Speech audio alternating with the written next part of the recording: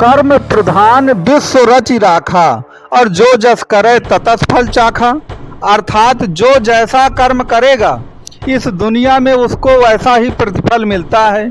लेकिन अब प्रश्न उठता है कि आखिरकार हर व्यक्ति कर्म करता है तो कुछ लोगों के कर्म क्यों खराब हो जाते हैं? उस कर्म की खराबी का कारण क्या है जिसके कारण हमें अपार दुख और पीड़ा इस दुनिया में सहना पड़ती है?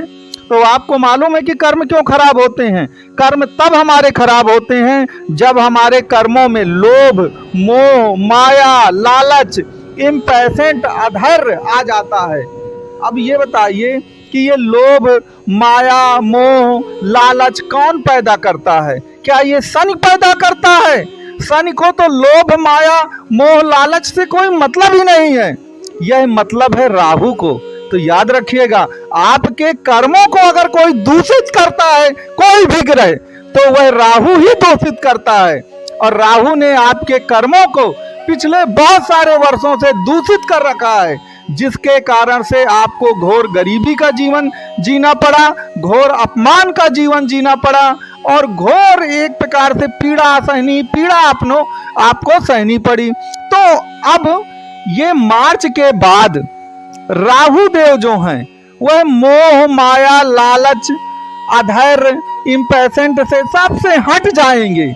जब ये सबसे हट जाएंगे ना तो आपके कर्म जो हैं अपने आप अच्छे हो जाएंगे। और याद रखिएगा, मार्च के बाद आपके जितने भी सपने हैं सब साकार होंगे और पूरा संसार, पूरी दुनिया आपके लिए बदल जाएगी। तो आखिरकार ये सब कैसे होने वाला है, यहाँ पर याद रखिएगा कि जब हम कर्म करते हैं तो मोह, माया, लालच ये सब अपने आप हमारे पास आने लगता है। तो मोह, माया, लालच आपका राहु देव हुए, शनि आपके कर्म हुए।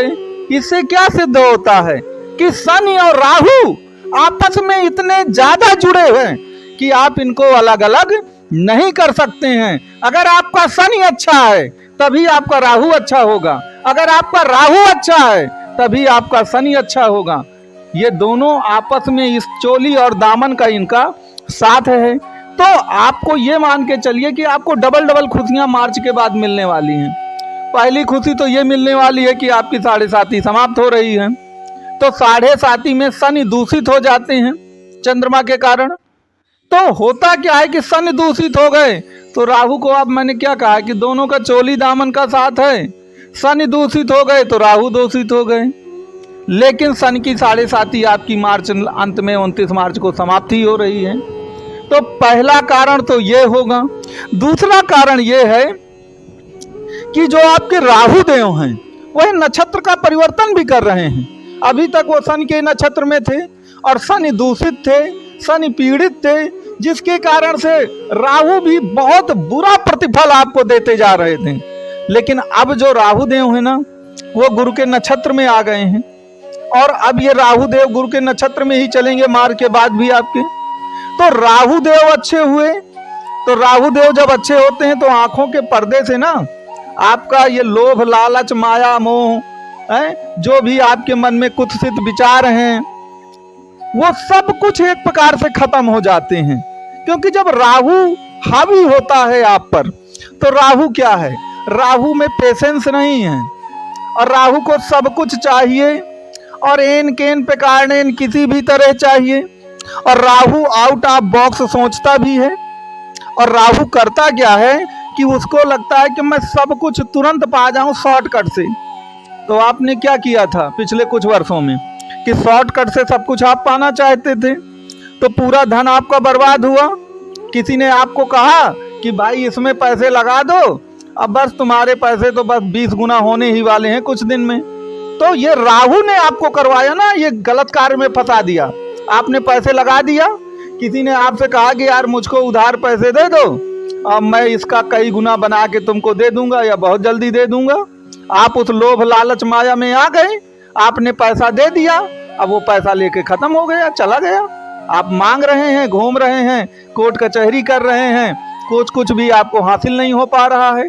तो राहु और शनि की जो जुगलबंदी थी वह बिगड़ गई थी। जो जुगलबंदी बिगड़ जाने के कारण आपको इतने सारे दुख जो है वह जीवन में झेलने पड़े।